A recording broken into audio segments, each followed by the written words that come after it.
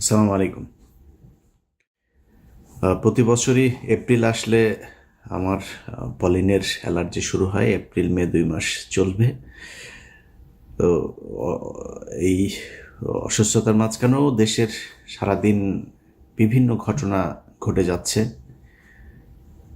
নানান আলোচনা, গুজব, অনেক কিছুর মধ্যে দিয়ে আমরা গেল 2 দিন পার করেছি।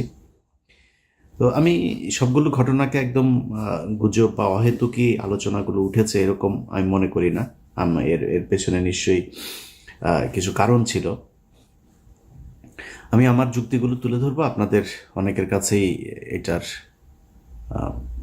পক্ষে বিপক্ষে মতামত থাকতে পারে। আপনারা আপনাদের মতামত কমেন্টে জানাবেন। 2024 সালের 5 আগস্ট শেখ হাসিনা পালিয়ে যাওয়ার পর 1-1.5 মাসের ভেতরে আমি একটা কথা বলেছিলাম যে শেখ হাসিনা বাংলাদেশের পরবর্তী প্রধানমন্ত্রী হবেন। যদি নাও হয় তাহলে তার পরের 1 বছর পরের মেয়াদের প্রধানমন্ত্রী হবে আওয়ামী লীগের কেউ। যদি শেখ হাসিনা ধরেন যে পরিমাণে ফেন্সিডিল সে ভারতে খাচ্ছেন, ওইখানে তো খুব সহজেই পাওয়া যায়। তো উনি কয়দিন টিকতে পারবেন জানি না। যাই হোক, আওয়ামী লীগের কেউ প্রধানমন্ত্রী হবেন। এই কথাগুলো কেন বলেছিলাম, আমার কাছে মনে হয়েছিল কি যে বিপ্লবের এটা আসলে ডিরেকশনটা ঠিক মতো যাচ্ছে না। কারণ হলো, আমরা ধরেন বিপ্লব নিয়ে অনেক নাচানাচি শুরু করেছিলাম।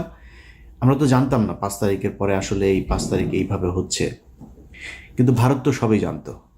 তারা তাদের মতো করে সুন্দর করে তাদের প্ল্যান বিতে কে কে থাকবে, আসিফ নজরুল সহ কারা কারা এখানে প্রথম আলোর যে পুরো গংটা এরা কি করবে, এই জিনিসগুলো তারা জানতো, ওইভাবে সেট আপ করেছিল।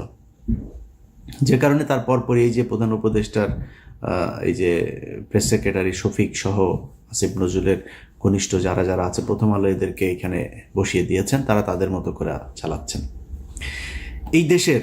এই যে 5 তারিখের যেই আন্দোলন, যে বিপ্লব, যে স্বাধীনতা, এটা ধ্বংস হওয়ার পেছনে যদি একজন মানুষ, অনেক মানুষই মনে করেন আমি আসিফ নজরুলের ব্যাপারে এত কেন, একজন মানুষ যদি নাকি এটার জন্য সবচেয়ে বেশি দায়ী থাকে সেটা এই আসিফ নজরুল।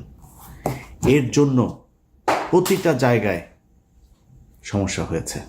আপনাদেরকে এই কথাটা কেন বলেছিলাম যে শেখ হাসিনাই আবার আসবে, এটা যদি আপনাদের আমি বিশ্লেষণ করতে চাই তাহলে একটা জিনিস বলে রাখি, সেটা হচ্ছে এই যে 15টা বছর শেখ হাসিনা ক্ষমতায় থাকলো, আন্তর্জাতিক বিশ্বের কেউ তাকে সরায় নাই এখান থেকে। ইন্ডিয়া একদম সরাসরি তাকে সাপোর্ট দিয়ে গিয়েছে। কিন্তু আন্তর্জাতিক বিশ্বের অন্যান্য দেশগুলোকে যে এই ব্ল্যাঙ্ক সাপোর্ট দিয়ে রাখা সম্ভব হলো কেন? কিসের জন্য করা হয়েছিল? কিসের জন্য হাসিনাকে কেউ সরাইতে পারে নাই? আন্তর্জাতিক বিশ্ব থেকেও কোনো চাপ কেন আসে নাই? এর একমাত্র কারণ, বাংলাদেশকে সবাইকে বোঝানো হয়েছিল যে এই দেশটা হচ্ছে একটা জঙ্গি রাষ্ট্র। তারেক রহমান, খালেদা জিয়া এরা হচ্ছে জঙ্গিদের মূল হোতা। এরা এদের কারণে, এদের যদি ক্ষমতায় যায় তাহলে এই দেশ আবার জঙ্গি হয়ে যাবে, অতএব আওয়ামী লীগকে রাখতে হবে। একমাত্র এই কারণে শেখ হাসিনাকে 15 বছর রাখা গেল। আচ্ছা, সেইখানে এই আন্তর্জাতিক পুরো বিশ্বটাকে কারা এই ন্যারেটিভটা দাঁড় করাইলো? দাঁড় করাইলো হচ্ছে ভারত। আর কাদের উপরে চাপাইলো? আলেম সমাজ, বিএনপি, জামাত, তাদের উপরে। তার মানে প্রধান যে বিষয়টা 15 বছর যেই কারণে হাসিনা ক্ষমতায় থাকতে পারলো সেটা হচ্ছে এই যে আমাদের দেশকে জঙ্গি রাষ্ট্র তৈরি করার যেটা, সেটা। এটার সাথে একটা বড় অংশ কে ছিল? প্রথম আলো। যদি এটা হয়ে থাকে যে ইন্ডিয়ার কারণে আমরা 15 বছর আসতে পারি নাই, তাহলে আমাদের প্রধান কাজ ছিল এই স্বাধীনতার পরপর ইন্ডিয়ার ব্যাপারে পদক্ষেপ নেওয়া। কোনো পদক্ষেপ নেওয়া হয়েছিল? ভারতের সাথে কে কত পারে ঘষাঘষি করার জন্য সবাই চেষ্টা করলো। আমাদের প্রধান শত্রুকে আপনি পাশে রেখে তারপরে দেশ চালাবেন, দেশে আবার অস্থিতিশীল পরিস্থিতি আসবে না, আবারও হাসিনা আসবে না, হাসিনা এসে আবারও 15 বছর না, 1500 বছর বাংলাদেশ শাসন করবে না, এই ভারতের সাথে একসাথে হয়ে যাবে না, এর কোনো গ্যারান্টি দিতে পারবেন? তাহলে করেন নাই কেন? প্রথম আলো, যে কিনা সরাসরি, আমি নিজে আমার এইখানে আমি 21শে আগস্ট বিডিআর হত্যাকাণ্ড থেকে শুরু করে বিভিন্ন জায়গায় দেখাইলাম যে প্রথম আলো কিভাবে কিভাবে এই কাজগুলো করেছে। অথচ মির্জা ফখরুল ইসলাম আলমগীর সোজা যায় সেখানে করলো কি, প্রথম আলোর উপরে আঘাত মানে হইল গণমাধ্যমের উপর আঘাত। এই আঘাত সে কোনোভাবেই, সে শেখ মুজিবের ব্যাপারে কি বলল, শেখ মুজিবের ছবি করলে তারপরে এটা তার বুকে চিনচিন করে, হ্যাঁ, এসব কথাবার্তা। তো প্রথম আলো আর ইন্ডিয়া আপনার সমস্যা না, তা আপনার সমস্যাটা ছিল কারাই 15 বছর? মির্জা ফখরুলের তো সমস্যা না। এই বক্তব্য যেদিন শুনেছিলাম সেদিনই মনে করেছিলাম আর বাংলাদেশের পলিটিক্স নিয়ে কথাবার্তা বলে লাভ নেই, নিজের মতো করে কিছু টাকা পয়সা কামায় তারপরে চুপচাপ থাকে। কিন্তু মির্জা ফখরুলই তো বিএনপি না, মির্জা ফখরুল মানেই বাংলাদেশ না। এই বাংলাদেশের লাখো লাখো কোটি কোটি বিএনপি জামায়াতের কর্মীরা, নেতারা অনেকে আছে যারা আসলেই ভারতকে অপছন্দ করে, প্রথম আলোকে বাংলাদেশ থেকে উৎখাত করতে চায়। তাদের জন্য তো আমাদের পাশে থাকা উচিত।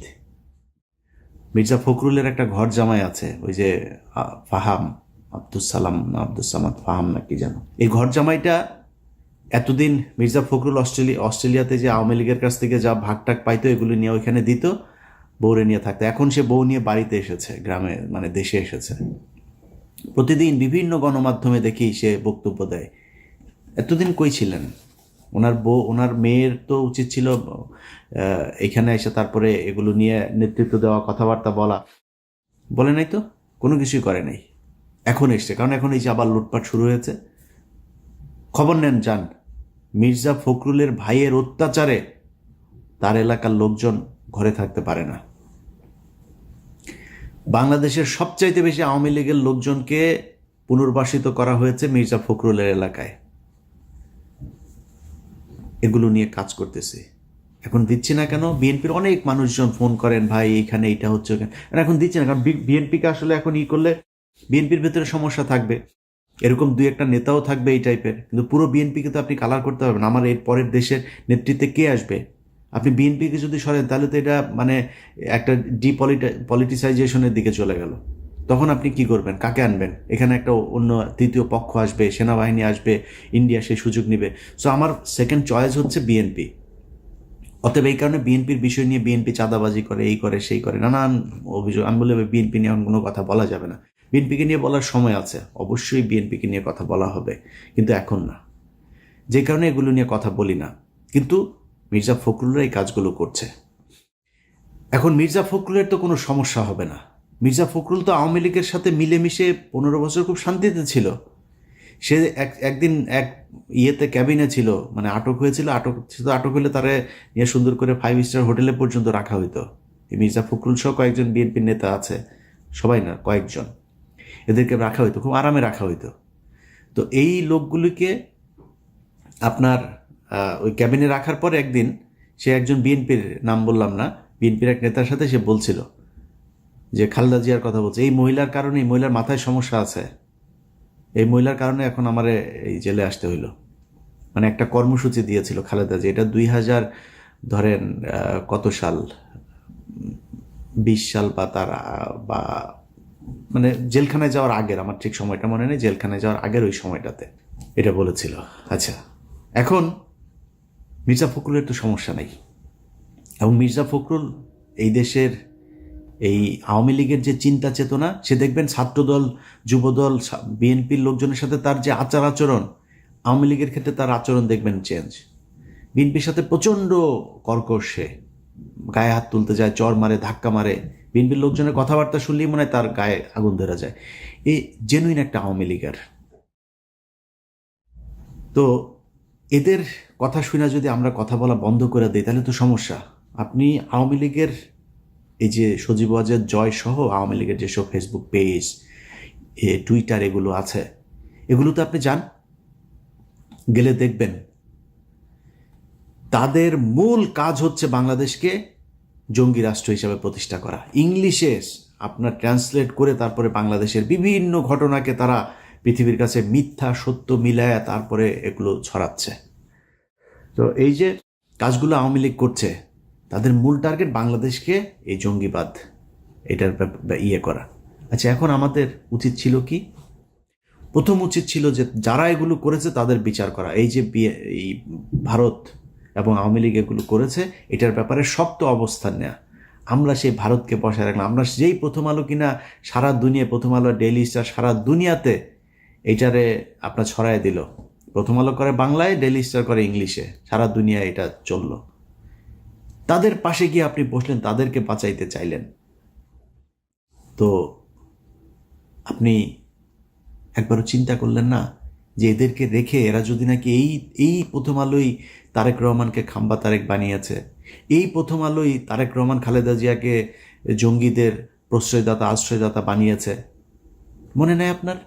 এই বিচারটা তো করা দরকার ছিল। আমি বাংলাদেশে যদি নাই কোনো জঙ্গি থাকে, অবশ্যই তার বিচার চাই। বাংলাদেশ ইসলামী শরিয়া ভিত্তিক চলুক, আমি এটা চাই না। মানে আপনি আমার যাই মনে করেন তাই মনে করেন, আমি এটা চাই না। বাংলাদেশ ইসলামী শরিয়া ভিত্তিক চলার মতো ওই অবস্থা আমাদের নাই, আমরা সেই জায়গায় যাইতে পারিনি। যদি কেউ পারেন ওই মাইক নিয়ে ওয়াজের মাহফিলে গলা না ফাটায়া একটা গাড়ি বানায় দেখান। আমি ওই জায়গায় এখন যাইতে চাই না। যে কারণে কেউ যদি এখন আবার বিশৃঙ্খলা তৈরি করার চেষ্টা করে, আমি মনে করি বিএনপি আগে যেইভাবে সেই শায়েখ আব্দুর রহমান থেকে শুরু করে বাংলা ভাইদেরকে যেইভাবে শায়েস্তা করেছে, এইবারও সেটাই করুক। জঙ্গিবাদকে মাথাচাড়া দিতে দেওয়া যাবে না। কিন্তু জঙ্গিবাদ বলে কি বাংলাদেশে আসলেই কিছু আছে? সেটা প্রমাণ করা দরকার ছিল এই সরকারের আসার পরপরই। বিচারগুলো তাড়াতাড়ি শেষ করে যে এই ঘটনাটা আসলে এই যেভাবে নাটক সাজানো হয়েছিল, এইটা এইভাবে নাটক সাজানো হয়েছিল, এই নাটক সাজিয়ে এইভাবে ভারত এবং আওয়ামী লীগ মিলে তোমাদেরকে ভুল বুঝিয়েছে, আসলে বাস্তব চিত্রটা এটাই। এর মাঝখানেও যদি আলেমদের ভেতরে কেউ জঙ্গি কর্মকাণ্ডে যদি থেকে থাকে, আমি তাদের বিচার চাই। বাট বাদবাকি যারা, তাদেরকে তো ছাড়া দরকার। সেইটা না করে আপনি তাদেরকে জেলখানায় রাখলেন, আর যারা এটা করলো তাদেরকে আপনি আশ্রয় প্রশ্রয় দিলেন। 2 দিন আগে এক ভিডিও দেখলাম, ওই যে এই ফারজানা ব্রাউনিয়ার এক্স বয়ফ্রেন্ড আপনার জিল্লুর রহমান, তৃতীয় মাত্রা করে। এই জিল্লুর রহমান ফারজানা ব্রাউনিয়ার এক্স মানে কত নাম্বার সেটা তো বলা যাবে না, এটা সম্ভবত ওই পার্ট টাইম বয়ফ্রেন্ড ছিল। তো এই পার্ট টাইম বয়ফ্রেন্ড বলছেন যে ঈদের পরে এই দেশে আবার জঙ্গি হামলা হবে। আমার হাতে একটা সিক্রেট রিপোর্ট, যেখানে দেখা যাচ্ছে যে ঈদের পরে বাংলাদেশের রাজনৈতিক পরিস্থিতি অত্যন্ত অস্থির হয়েছে। এক ধরনের জঙ্গি তৎপরতা গত কিছুদিন ধরে আমরা এই আলোচনা শুনছি এবং লক্ষণও দেখা যাচ্ছে। এটা বাড়বার একটা আশঙ্কা আছে। তিনি বলছেন দেশে নাকি কোন এক সাংবাদিক এটার সাথে জড়িত, কোন আলেম নাকি দেশের কারা কারা জড়িত, আর প্রবাসে একজন আছে কোথায় নাকি থাকে, সেও নাকি জড়িত। যে নিষিদ্ধ ঘোষিত কিছু সংগঠন, তাদের অন্তত 3 জনকে ক্লিয়ারলি আইডেন্টিফাই করেছে রিপোর্ট। এদের সঙ্গে একজন সাংবাদিকও আইডেন্টিফাই করা গেছে, যিনি এইসব তৎপরতার সঙ্গে যুক্ত। তার কাছে একদম পুরো তথ্যসহ খাতা, এইভাবে খাতা 3-4টা পৃষ্ঠা নিয়ে তারপরে তিনি বসেছেন। ওরে বাবারে, তার কাছে সব তথ্য। হ্যাঁ, কিভাবে হামলা হবে, কোথায় কোথায় হবে, সে আগের মতোই নাকি গুরুত্বপূর্ণ জায়গায় কোর্ট টোট এইসব সেইভাবে নাম ধরে ধরে বলছেন। পসিবল থ্রেট লক্ষ্য করা যাচ্ছে, তারা গভর্নমেন্টের বিভিন্ন ইনস্টলেশনে হামলা চালাতে পারে, লোকাল কোর্টসগুলোতে হামলা চালাতে পারে। পরে ধৈর্য নিয়ে ওর পিছন দিয়া ডিম ঢুকে ওরা জিজ্ঞেস করেন যে তুই এই তথ্য কই পাইলি, কই হবে, কারা কারা করবে, তাড়াতাড়ি নামের লিস্ট দেয়। আমরাও সেটা জানতে চাই, কারা কারা এই দেশে জঙ্গিবাদ এই করতে চায়, তাদের আমরা খুঁজে বার করতে চাই। ওর কাছ থেকে তালিকা নেন, ও কোথায় পেয়েছে এটা। এরা হচ্ছে খুব চিপ রেটের দালাল। এরা বিভিন্ন দেশের গোয়েন্দা সংস্থার কাছ থেকে টাকা পয়সা খায়া তারপরে বাংলাদেশে অস্থিতিশীল পরিস্থিতি তৈরি করতে চায়। ভারত নিশ্চয়ই এর ওই হয়তো বড় অঙ্কের একটা মোটা অঙ্কের টাকা দিয়েছে। এই টাকা পয়সা নিয়ে সে এখন আবার আগের নেগেটিভ দাঁড় করাইতে চায়। এই দেশে আবার হামলা হবে ঈদের পরে, মানে জঙ্গি হামলা হবে, এই দেশে প্রচুর জঙ্গি আছে, এদের শায়েস্তা করো। এত সোজা না ভাই। 5 তারিখ এমনি এমনি আসে নাই। যদি কেউ মনে করেন 5 তারিখ এমনিতেই চলে এসছে, এটা মনে করার কোনো কারণ নাই। আল্লাহ নিজের হাতে ধরে আপনাদেরকে এই গিফট দিয়েছিল। এটা যদি ধরে রাখতে চান তাহলে এটা নার্সিং করতে হবে। এই যে 8টা মাস হইল, এখনো পর্যন্ত বিএনপি জামায়াত সহ বিভিন্ন লোকজন জেলখানায় আছে। জেলখানায় থাকা মানুষগুলিরে এখন পর্যন্ত জেল থেকে বার করতে পারলেন না। রোজাটা করলো তারা জেলখানার ভেতরে।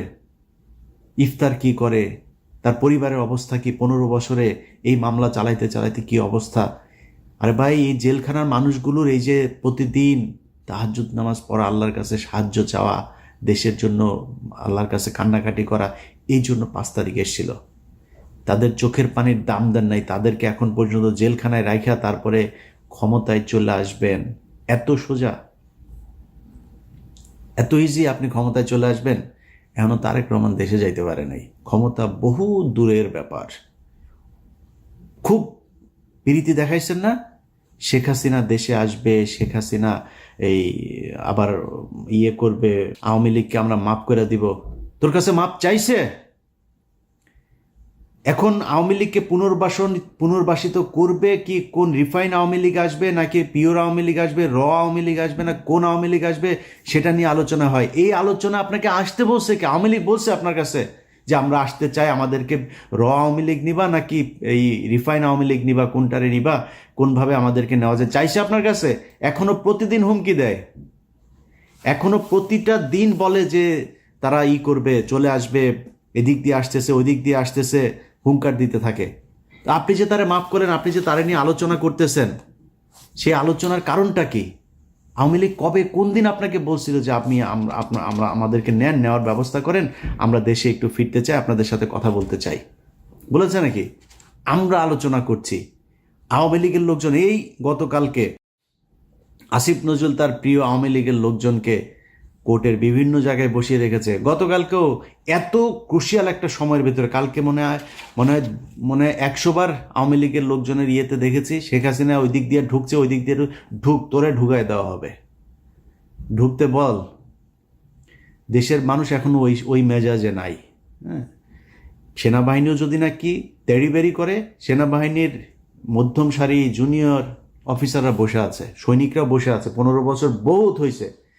তেড়িবেড়ি করার চেষ্টা করলে কোনো জেনারেল তারা বসে থাকবে না, কারণ সেনাবাহিনী এই দেশের মানুষের প্রাণের কথা বলে। এই দেশের মূল রক্ষক হচ্ছে বাংলাদেশ সেনাবাহিনী। সেই সেনাবাহিনী এত সহজে আপনি 2-4 জন জেনারেলের কারণে বিক্রি হয়ে যাবে আরেক দেশের কাছে, এটা মনে করার কোনো কারণ নাই। ঢুকতে বল, অমুক জেনারেল অমুক কর্নেলের কথা শুনে তারপরে ঢুকতে বল, তারপরে বুঝবি মজাটা। আয়,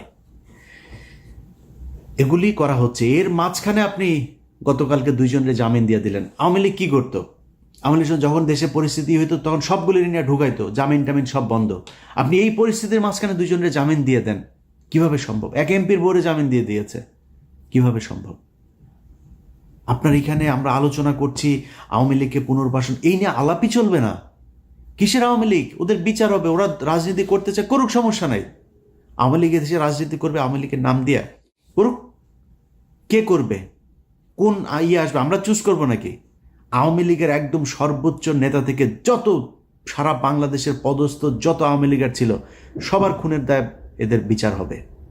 বিচারের মুখোমুখি হোক আগে, আমাদের আলোচনা হবে বিচার নিয়ে। আপনি তার পুনর্বাসনের জন্য কথা বলছেন, পুনর্বাসন নিয়ে আপনারা আলোচনা করতে বলছে। এত প্রীতি, এটা তো এই 15 বছরের বাম বুথে ঠিক হয় নাই এখনো পর্যন্ত। লজ্জা লাগে আওয়ামী লীগের চাই না এটা বলতে। কারণ কি? কারণ হচ্ছে এই যে আওয়ামী লীগের টাকা পয়সা খেয়েছে না, আওয়ামী লীগের সময় বিএনপি নেতার ব্যাংক চলে নাই, গার্মেন্টস চলে নাই, ব্যবসা প্রতিষ্ঠান চলে নাই, চালাইছে যে কারণে এগুলি কি লেনদেন হয়েছে এগুলি রেকর্ড তো তাদের কাছে আছে।